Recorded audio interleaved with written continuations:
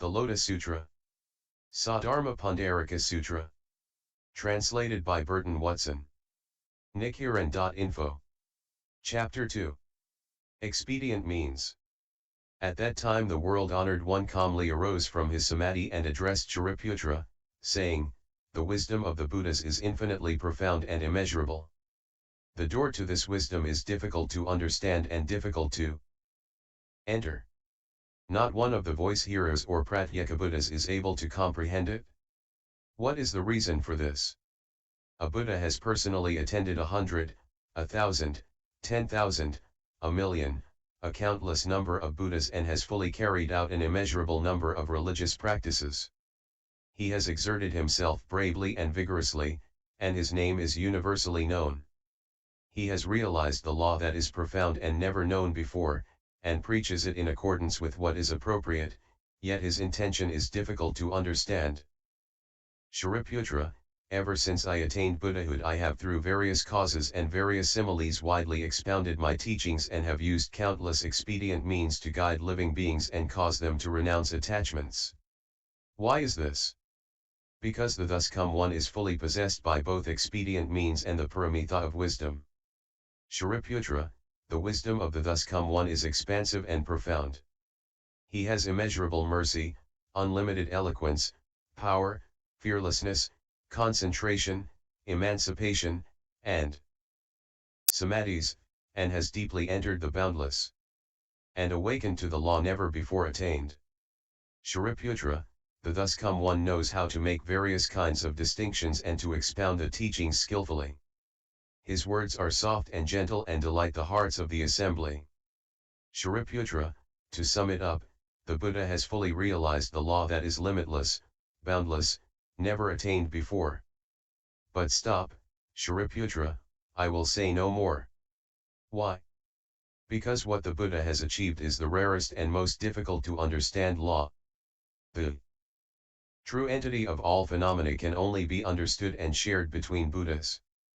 This reality consists of the appearance, nature, entity, power, influence, inherent cause, relation, latent effect, manifest effect, and their consistency from beginning to end.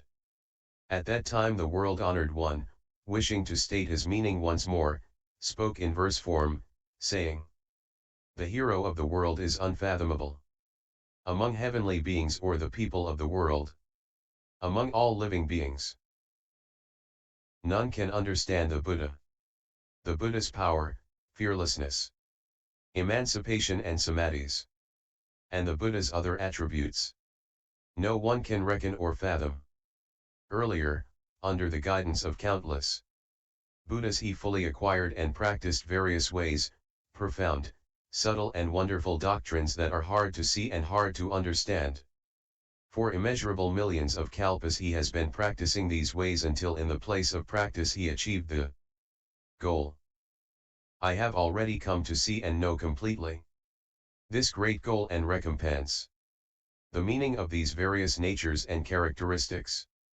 I and the other Buddhas of the 10 directions can now understand these things. This law cannot be described. Words fall silent before it. Among the other kinds of living beings, there are none who can comprehend it, except the many bodhisattvas, who are firm in the power of faith.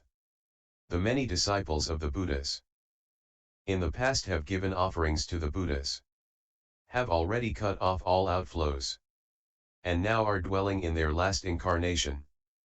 But even such persons as they have not the power needed.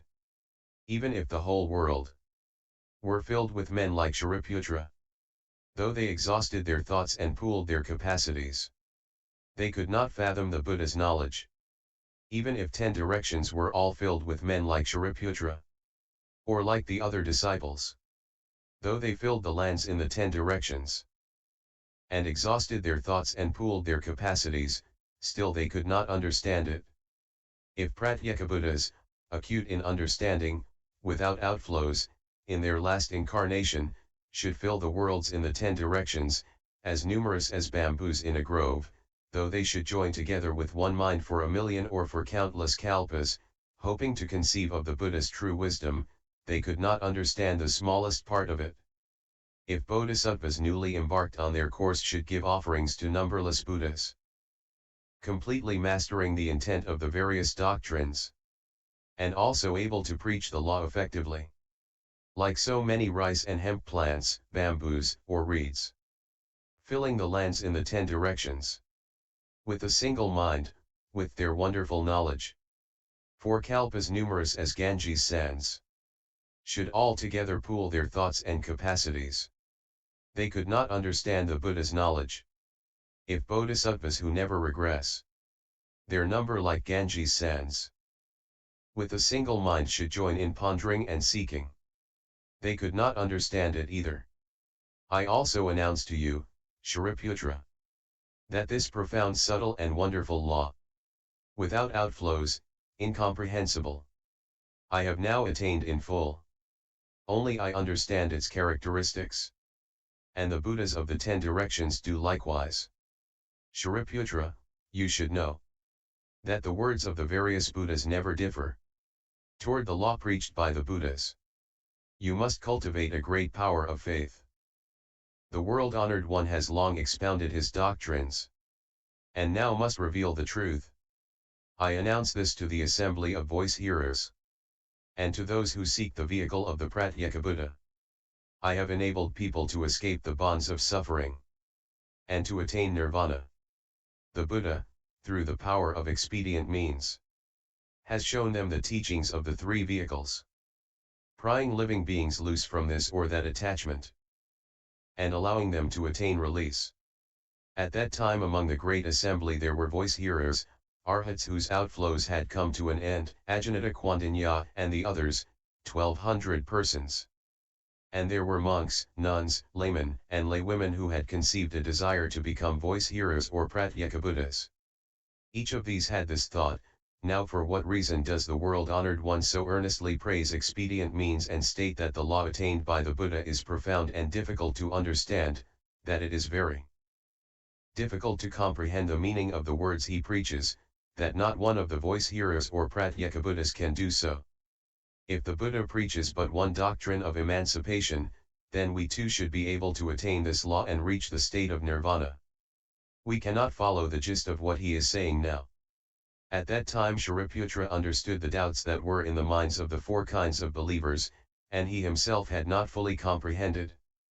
So he addressed the Buddha, saying, World-honored one, what causes and conditions lead you to earnestly praise expedient means, the foremost device of the Buddhas, the profound, subtle and wonderful law that is difficult to understand? From times past I have never heard this kind of preaching from the Buddha. Now the 4 kinds of believers all have doubts. We beg that the world-honored one earnestly praise this law that is profound, subtle, and wonderful, difficult to understand. At that time Shariputra, wishing to state his meaning once more, spoke in verse from, saying, Son of wisdom, great sage and venerable one, at long last you preach this law. You yourself declare you have attained power, fearlessness, samadhis, concentration, emancipation, and these other attributes, and the law that is beyond comprehension. This law attained in the place of practice no one is capable of questioning you about. My intention is hard to fathom, and no one can question me. No one questions, yet you yourself preach, praising the path you walk on. Your wisdom is very subtle and wonderful, that which all the Buddhas attain. The arhats who are without outflows, and those who seek nirvana now have all fallen into the net of doubt, wondering for what reason the Buddha preaches this.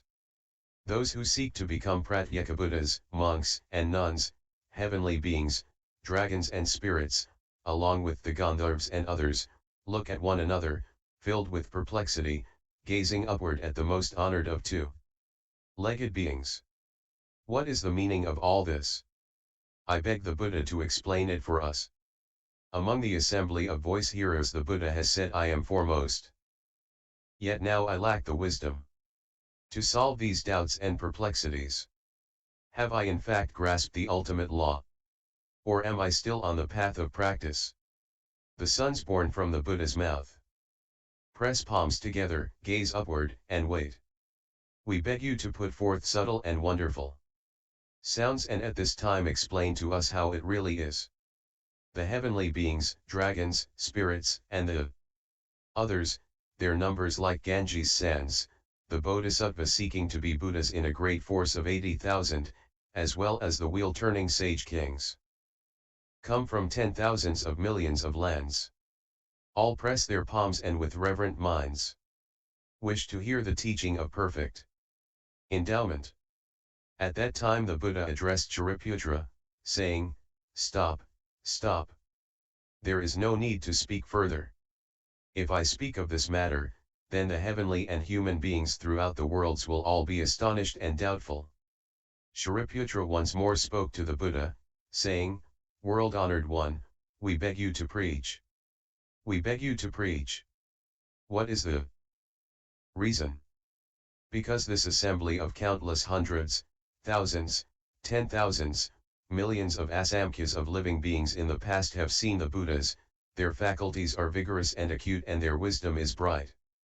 If they hear the Buddha preach, they will be capable of reverent belief." At that time Shariputra, wishing to state his meaning once more, spoke in verse form, saying, "Dharma King, none more highly honored. Speak, we beg you, without reserve. In this assembly of numberless beings, are those capable of reverent belief?" The Buddha repeated, "Stop, Shariputra. If I speak of this matter, the heavenly and human beings and asuras throughout the worlds will all be astonished and doubtful. The monks who are overbearingly arrogant will fall into a great pit." At that time the world-honored one repeated what he had said in verse form. "Stop, stop, no need to speak.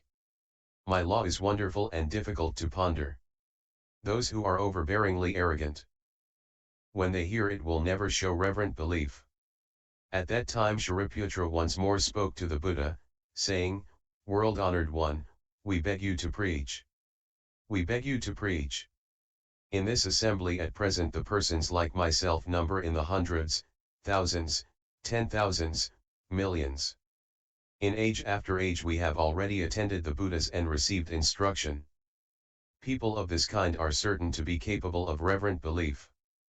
Throughout the long night they will gain peace and rest and will enjoy many benefits." At that time Shariputra, wishing to state his meaning once more, spoke in verse form, saying, "Supremely honored among two-legged beings, we beg you to preach this foremost law. I who am regarded as the Buddha's eldest son ask you to favor us by preaching distinctions. The countless members of this assembly are capable of according reverent belief to this law the Buddhas have already in age after age taught and converted them in this manner.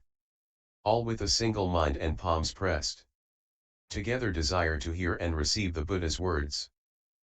I and the other 1,200 of our group, as well as the others who seek to become Buddhas, beg that for the sake of this assembly, you will favor us by preaching distinctions. When we hear this law, we will be filled with great joy." At that time the world-honored one said to Shariputra, 3 times you have stated your earnest request. How can I do other than preach? Now you must listen attentively and carefully ponder. For your sake I will now analyze and explain the matter." When he had spoken these words, there were some 5,000 monks, nuns, laymen, and laywomen in the assembly who immediately rose from their seats, bowed to the Buddha, and withdrew. What was the reason for this? These persons had roots of guilt that were deep and manifold, and in addition they were overbearingly arrogant. What they had not attained they supposed they had attained, what they had not understood they supposed they had understood. And because they had this failing, they did not remain where they were. The world-honored one was silent and did not try to detain them. At this time the Buddha said to Shariputra, "Now this assembly of mine is free of branches and leaves, made up solely of the steadfast and truthful. Shariputra, it is well that these persons of overbearing arrogance have withdrawn. Now listen carefully and I will preach for you." Shariputra said, "So be it, world-honored one. We are eager to listen." The Buddha said to Shariputra, "A wonderful Law such as this is preached by the Buddhas, the thus come ones, at certain times. But like the blooming of the Udambara, such times come very seldom. Shariputra, you and the others must believe me. The words that the Buddhas preach are not empty or false. Shariputra, the Buddhas preach the law in accordance with what is appropriate, but the meaning is difficult to understand. Why is this? Because we employ countless expedient means, discussing causes and conditions and using words of simile and parable to expound the teachings. This law is not something that can be understood through pondering or analysis. Only those who are Buddhas can understand it. Why is this? Because the Buddhas, the world-honored ones, appear in the world for one great reason alone. Shariputra, what does it mean to say that the Buddhas, the world-honored ones, appear in the world for one great reason alone? The Buddhas, the world-honored ones, wish to open the door of Buddha wisdom to all living beings, to allow them to attain purity. That is why they appear in the world. They wish to show the Buddha wisdom to living beings, and therefore they appear in the world. They wish to cause living beings to awaken to the Buddha wisdom, and therefore they appear in the world. They wish to induce living beings to enter the path of Buddha wisdom, and therefore they appear in the world. Shariputra, this is the one great reason for which the Buddhas appear in the world. The Buddha said to Shariputra, the Buddhas, the thus come ones, simply teach and convert the bodhisattvas. All the things they do are at all times done for this one purpose. They simply wish to show the Buddha wisdom to living beings and enlighten them to it. Shariputra, the thus come ones have only a single Buddha vehicle which they employ in order to preach the law to living beings. They do not have any other vehicle, a second one or a third one. One Shariputra, the law preached by all the Buddhas of the 10 directions is the same as this. Shariputra, the Buddhas of the past used countless numbers of expedient means, various causes and conditions, and words of simile and parable in order to expound the doctrines for the sake of living beings. These doctrines are all for the sake of the one Buddha vehicle. These living beings, by listening to the doctrines of the Buddhas, are all eventually able to attain wisdom embracing all species. Shariputra, when the Buddhas of the future make their appearance in the world, they too will use countless numbers of expedient means, various causes and conditions, and words of simile and parable in order to expound the doctrines for the sake of living beings. These doctrines will all be for the sake of the one Buddha vehicle. And these living beings, by listening to the doctrines of the Buddhas, will all eventually be able to attain wisdom embracing all species. Shariputra, the Buddhas, the world-honored ones, who exist at present in the countless hundreds, thousands, 10,000s, and millions of Buddha lands in the 10 directions, benefit and bring peace and happiness to living beings in large measure. These Buddhas too use countless numbers of expedient means, various causes and conditions, and words of simile and parable in order to expound the doctrines for the sake of living beings. These doctrines are all for the sake of the one Buddha vehicle. And these living beings, by listening to the doctrines of the Buddhas, are all eventually able to attain wisdom embracing all species. Shariputra, these Buddhas simply teach and convert the bodhisattvas. They do it because they wish to show the Buddha wisdom to living beings. They do it because they wish to use the Buddha wisdom to enlighten living beings. They do it because they wish to cause living beings to enter the path of Buddha wisdom. Shariputra, I too will now do the same. I know that living beings have various desires, attachments that are deeply implanted in their minds. Taking cognizance of this basic nature of theirs, I will therefore use various causes and conditions, words of simile and parable, and the power of expedient means and expound the law for them. Shariputra, I do this so that all of them may attain the one Buddha vehicle and wisdom embracing all species. Shariputra, when the age is impure and the times are chaotic, then the defilements of living beings are grave, they are greedy and jealous and put down roots that are not good. Because of this, the Buddhas, utilizing the power of expedient means, apply distinctions to the one Buddha vehicle and preach as though it were three. Shariputra, if any of my disciples should claim to be an arhat or a pratyeka Buddha and yet does not heed or understand that the Buddhas, the thus come ones, simply teach and convert the bodhisattvas, then he is no disciple of mine, he is no arhat or pratyeka Buddha. Again, Shariputra, if there should be monks or nuns who claim that they already have attained the status of arhat, that this is their last incarnation, that they have reached the final nirvana, and that therefore they have no further intention of seeking an uttara samyak sambodhi, then you should understand that such as these are all persons of overbearing arrogance. Why do I say this? Because if they are monks who have truly attained the status of arhat, then it would be unthinkable that they should fail to believe this law. The only exception would be in a time after the Buddha had passed away, when there was no Buddha present in the world. Why is this? Because after the Buddha has passed away it will be difficult to find anyone who can embrace, recite, and understand the meaning of sutras such as this. But if persons at that time encounter another Buddha, then they will attain decisive understanding with regard to this law. Shariputra, you and the others should with a single mind believe and accept the words of the Buddha. The words of the Buddhas, the thus come ones, are not empty or false. There is no other vehicle, there is only the one Buddha vehicle.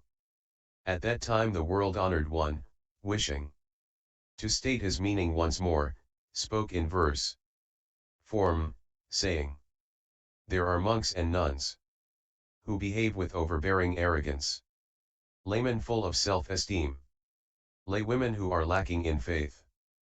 Among the four kinds of believers, the likes of these number 5,000.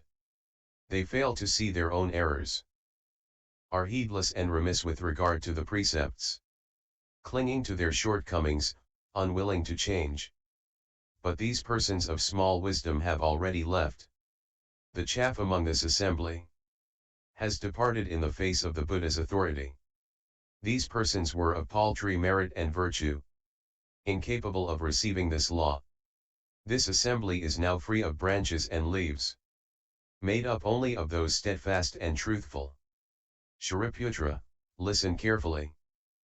For the law which the Buddhas have attained, through the power of countless expedient means they preach for the benefit of living beings. The thoughts that are in the minds of living beings, the different types of paths they follow, their various desires and natures, the good and bad deeds they have done in previous existences, all these the Buddha takes cognizance of, and then he employs causes, similes and parables, words that embody the power of expedient means, in order to gladden and please them all. Sometimes he preaches sutras, verses, stories of the previous lives of disciples, stories of the previous lives of the Buddha, of unheard of things. At other times he preaches regarding causes and conditions, uses similes, parables, passages of poetry or discourses. For those of dull capacities who delight in a little law, who greedily cling to birth and death, who, despite the innumerable Buddhas, fail to practice the profound and wonderful way, but are perplexed and confused by a host of troubles. For these I preach nirvana. I devise these expedient means, and so cause them to enter into the Buddha wisdom. Up to now I have never told you that you were certain to attain the Buddha way. The reason I never preached in that manner was that the time to preach so had not yet come. But now is the very time when I must decisively preach the great vehicle. I use these 9 devices, adapting them to the living beings when I preach, my basic aim being to lead them into the great vehicle. And that is why I preach the sutra. There are sons of the Buddha whose minds are pure, who are gentle and of acute capacities, who under innumerable Buddhas have practiced the profound and wonderful way. For these sons of the Buddha, I preach the sutra of the great vehicle. And I predict that these persons, in a future existence, will attain the Buddha way, because deep in their minds they think of the Buddha, and practice and uphold the pure precepts. they are assured they will attain Buddhahood. And hearing this, their whole bodies are filled with great joy. The Buddha knows their minds and their practices, and therefore preaches for them the great vehicle. When the voice hearers and bodhisattvas hear this law that I preach, as soon as they have heard one verse, they will all without doubt be certain of attaining Buddhahood. In the Buddha lands of the 10 directions, there is only the law of the one vehicle. There are not two, there are not three. Except when the Buddha preaches so as an expedient means, merely employing provisional names and terms, in order to conduct and guide living beings, and preach to them the Buddha wisdom. The Buddhas appear in the world solely for this one reason, which is true. The other two are not the truth. Never do they use a lesser vehicle to save living beings and ferry them across.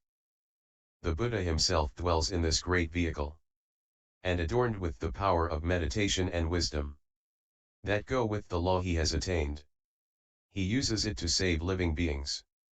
He himself testifies to the unsurpassed way, the great vehicle, the law in which all things are equal. If I used a lesser vehicle to convert even one person, I would be guilty of stinginess and greed. But such a thing would be impossible. If a person will believe and take refuge in the Buddha, the thus come one will never deceive him, nor will he ever show greed or jealousy, for he has rooted out evil from among the phenomena. Therefore throughout the 10 directions the Buddha alone is without fear. I adorn my body with the special characteristics and shine my light upon the world. I am honored by numberless multitudes, and for them I preach the emblem of the reality of things. Shariputra, you should know that at the start I took a vow, hoping to make all persons equal to me, without any distinction between us. And what I long ago hoped for has now been fulfilled. I have converted all living beings, and caused them all to enter the Buddha way. If when I encounter living beings, I were in all cases to teach them the Buddha way, those without wisdom would become confused, and in their bewilderment would fail to accept my teachings. I know that such living beings have never in the past cultivated good roots, but have stubbornly clung to the 5 desires, and their folly and craving have given rise to affliction. Their desires are the cause whereby they fall into the 3 evil paths, revolving wheel-like through the 6 realms of existence, and undergoing every sort of suffering and pain. Having received a tiny form in the womb, in existence after existence they constantly grow to maturity. Persons of meager virtue and small merit, they are troubled and beset by manifold sufferings. They stray into the dense forest of mistaken views, debating as to what exists and what does not, and in the end cling to such views, embracing all 62 of them too. They are profoundly committed to false and empty doctrines, holding firmly to them, unable to set them aside.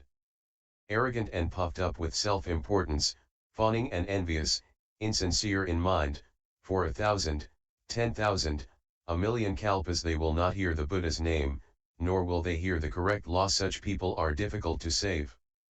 For these reasons, Shariputra, I have for their sake established expedient means, preaching the way that ends all suffering, and showing them nirvana.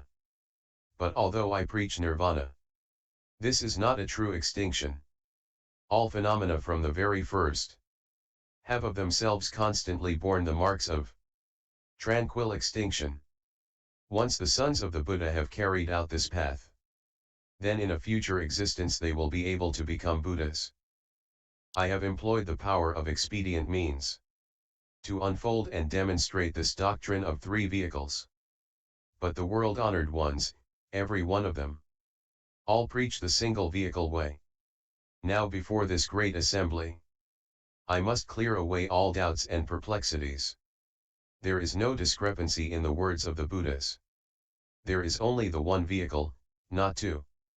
For numberless kalpas in the past, countless Buddhas who have now entered extinction, 100, 1,000, 10,000, million types.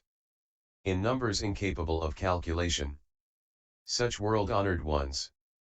Using different types of causes, similes, and parables. The power of countless expedient means. Have expounded the characteristics of teachings. These world-honored ones. Have all preached the doctrine of the single vehicle. Converting countless living beings. And causing them to enter the Buddha way. And these great sage lords. Knowing what is desired deep in the minds. Of the heavenly and human beings and the other living things throughout all the worlds, have employed still other expedient means to help illuminate the highest truth. If there are living beings who have encountered these past Buddhas, and if they have listened to their law, presented alms, or kept the precepts, shown forbearance, been assiduous, practiced meditation and wisdom, and so forth, cultivating various kinds of merit and virtue, then persons such as these all have attained the Buddha way. After the Buddhas have passed into extinction. If persons are of good and gentle mind, then living beings such as these have all attained the Buddha way. After the Buddhas have passed into extinction. If persons make offerings to the relics, raising 10,000 or a million kinds of towers, using gold, silver, and crystal, seashell and agate, carnelian, lapis lazuli, pearls, to purify and adorn them extensively.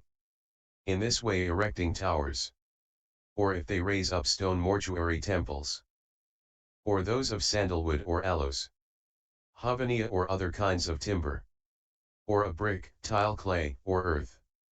If in the midst of the broad fields, they pile up earth to make a mortuary temple for the Buddhas, or even if little boys at play should collect sand to make a Buddha tower, then persons such as these have all attained the Buddha way. If there are persons who for the sake of the Buddha fashion and set up images, carving them with many distinguishing characteristics, then all have attained the Buddha way. Or if they make things out of the 7 kinds of gems, of copper, red or white copper, pewter, lead, tin, iron, wood, or clay, or use cloth soaked in lacquer or resin, to adorn and fashion Buddha images, then persons such as these have all attained the Buddha way. If they employ pigments to paint Buddha images, endowing them with the characteristics of 100-fold merit, if they make them themselves or have others make them, then all have attained the Buddha way. Even if little boys in play should use a piece of grass or wood or a brush, or perhaps a fingernail, to draw an image of the Buddha, such persons as these, bit by bit will pile up merit, and will become fully endowed with a mind of great compassion. They all have attained the Buddha way, merely by converting the bodhisattvas. They bring salvation and release to numberless multitudes. And if persons, in the presence of such memorial towers, such jeweled images and painted images, should with reverent minds make offerings of flowers, incense, banners, or canopies, or if they should employ persons to make music, striking drums or blowing horns or conch shells, playing pipes, flutes, zithers, harps, balloon guitars, cymbals, and gongs, and if these many kinds of wonderful notes are intended wholly as an offering, or if one with a joyful mind sings a song in praise of the Buddha's virtue, even if it is just one small note, then all who do these things have attained the Buddha way. If someone with a confused and distracted mind should take even one flower and offer it to a painted image, in time he would come to see countless Buddhas. Or if a person should bow or perform obeisance, or should merely press his palms together, or even should raise a single hand, or give no more than a slight nod of the head, and if this were done in offering to an image, then in time he would come to see countless Buddhas. And if he himself attains the unsurpassed way and spreads salvation abroad to countless multitudes, he will enter the nirvana of no remainder as a fire dies out when the firewood is exhausted. If persons with confused and distracted minds should enter a memorial tower and once exclaim, "Hail to the Buddha," then all have attained the Buddha way. If from past Buddhas, when they were in the world or after their extinction, they should be those who heard this law, then all have attained the Buddha way. The world-honored ones of the future, whose numbers will be incalculable, these thus come ones, will also employ expedient means to preach the law, and all these thus come ones, through countless expedient means, will save and bring release to living beings, so that they enter the Buddha's wisdom which is free of outflows. If there are those who hear the law, then not one will fail to attain Buddhahood. The original vow of the Buddhas was that the Buddha way, which they themselves practice, should be shared universally among living beings so that they too may attain this same way. The Buddhas of future ages, although they preach hundreds, thousands, millions, a countless number of doctrines, in truth do so for the sake of the single vehicle. The Buddhas, most honored of two-legged beings, know that phenomena have no constantly fixed nature, that the seed of Buddhahood sprout through causation, and for this reason they preach the single vehicle. But that these phenomena are part of an abiding law, that the characteristics of the world are constantly abiding, this they have come to know in the place of practice.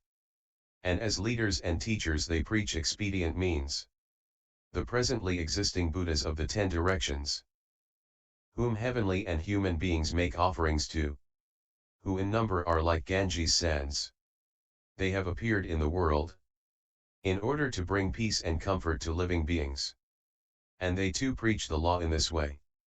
They understand the foremost truth of tranquil extinction, and therefore employ the power of expedient means. And though they point out various different paths, in truth they do so for the sake of the Buddha vehicle. They understand the actions of living beings, the thoughts that lie deep in their minds, the deeds they have carried out in the past, their desires, their nature, the power of their exertions, and whether their capacities are acute or dull, and so they employ various causes and conditions, similes, parables, and other words and phrases, adapting what expedient means are suitable to their preaching. Now I too am like this, in order to bring peace and comfort to living beings I employ various different doctrines to disseminate the Buddha way. Through the power of my wisdom I know the nature and desires of living beings, and through expedient means I preach these doctrines, causing all living beings to attain joy and gladness. Shariputra, you should understand that I view things through the Buddha eye. I see the living beings in the 6 paths, how poor and distressed they are, without merit or wisdom, how they enter the perilous road of birth and death, their sufferings continuing with never a break. How deeply they are attached to the 5 desires, like a yak enamored of its tail, blinding themselves with greed and infatuation. Their vision so impaired they can see nothing. They do not seek the Buddha, with his great might, or the law that can end their sufferings, but enter deeply into erroneous views, hoping to shed suffering through great suffering. For the sake of these living beings, I summon up a mind of great compassion. When I first sat in the place of practice, and gazed at the tree and walked around it, for the space of 3 times 7 days, I pondered the matter in this way. The wisdom I have attained, I thought, is subtle, wonderful, the foremost. But living beings, dull in capacity, are addicted to pleasure and blinded by stupidity. With persons such as this, what can I say, how can I save them? At that time the Brahma kings, along with the heavenly king Shakra, the 4 heavenly kings who guard the world, and the heavenly king Great Freedom, in company with other heavenly beings, and their hundreds and thousands of followers, reverently pressing their palms together and bowed, begging me to turn the will of the law. Immediately I thought to myself that if I merely praised the Buddha vehicle, then the living beings, sunk in their suffering, would be incapable of believing in this law. And because they rejected the law and failed to believe it, they would fall into the three evil paths. It would be better if I did not preach the law but quickly entered into nirvana. Then my thoughts turned to the Buddhas of the past, and the power of expedient means they had employed, and I thought that the way I had now attained should likewise be preached as three vehicles. When I thought in this manner, the Buddhas of the 10 directions all appeared and with Brahma's sounds comforted and instructed me. Well done, Shakyamuni, they said. Foremost leader and teacher, you have attained the unsurpassed law. But following the example of all other Buddhas, you will employ the power of expedient means. We too have all attained the most wonderful, the foremost law. But for the sake of living beings we make distinctions and preach the three vehicles. People of small wisdom delight in a small law, unable to believe that they themselves could becomes Buddhas. Therefore we employ expedient means, making distinctions, and preaching various goals. But though we preach the three vehicles, we do it merely in order to teach the Bodhisattvas. Shariputra, you should understand this. When I heard these saintly lions and their deep, pure subtle, wonderful sounds, I rejoiced, crying hail to the Buddhas. Then I thought to myself, I have come into this impure and evil world. And as these Buddhas have preached, I too must follow that example in my actions. After I had thought of the matter in this way, I set out at once for Varanasi. The marks of tranquil extinction borne by all phenomena cannot be explained in words, and therefore I used the power of expedient means to preach to the 5 ascetics. This I term turning the will of the law, and also with regard to the sound of nirvana and arhat, dharma and samga. I used these terms to indicate distinctions. From infinite kalpas in the past, I have extolled and taught the law of nirvana, ending the long sufferings of birth and death. This is how I customarily preached. Shariputra, you should know this. When I looked at the Buddha sons, I saw incalculable thousands, 10,000s, millions who had determined to seek the way of the Buddha, everyone with a respectful and reverent mind, all coming to the place of the Buddha. Persons who in the past had listened to other Buddhas and heard the law preached through expedient means. Immediately the thought came to me that the reason the thus come one has appeared is so he may preach the Buddha wisdom. Now is precisely the time to do so. Shariputra, you should understand that persons of dull capacity and small wisdom, who are attached to appearances, proud and overbearing, are incapable of believing in this law. Now I, joyful and fearless, in the midst of the Bodhisattvas, honestly discarding expedient means, will preach only the unsurpassed way. When the Bodhisattvas hear this law, they will be released from all entanglements of doubt. The 1200 arhats, they too will all attain Buddhahood, following in the same fashion that the Buddhas of the 3 existences employ in preaching the law. I now will do likewise, preaching a law that is without distinctions. The times when the Buddhas appear in the world are far apart and difficult to encounter. And even when they appear in the world, it is difficult for them to preach this law. Throughout incalculable, innumerable kalpas, it is rare that one may hear this law, and a person capable of listening to this law, such a person is likewise rare. It is like the Udambara flower, which all the world loves and delights in, which heavenly and human beings look on as something rare, but which appears only once in many ages. If a person hears this law, delights and praises it, even if he utters just one word, then he has made offerings to all the Buddhas of the 3 existences. But a person like this is very rarely found, rarer than the Udambara flower. You should have no doubts. I being king of the doctrines, make this announcement to the entire great assembly. I employ only the single vehicle way to teach and convert the bodhisattvas. I have no voice hearer disciples. You, Shariputra, and the voice hearers and bodhisattvas.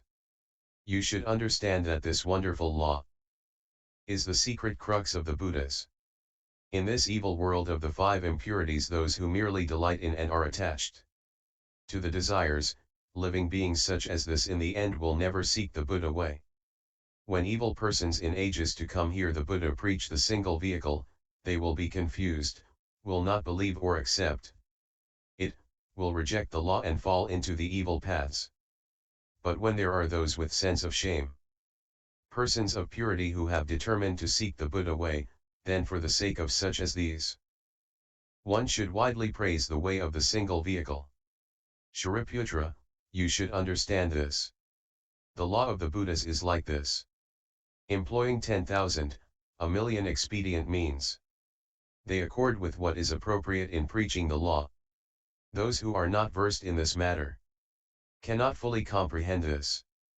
But you and the others already know how the Buddhas, the teachers of the world, accord with what is appropriate in employing expedient means.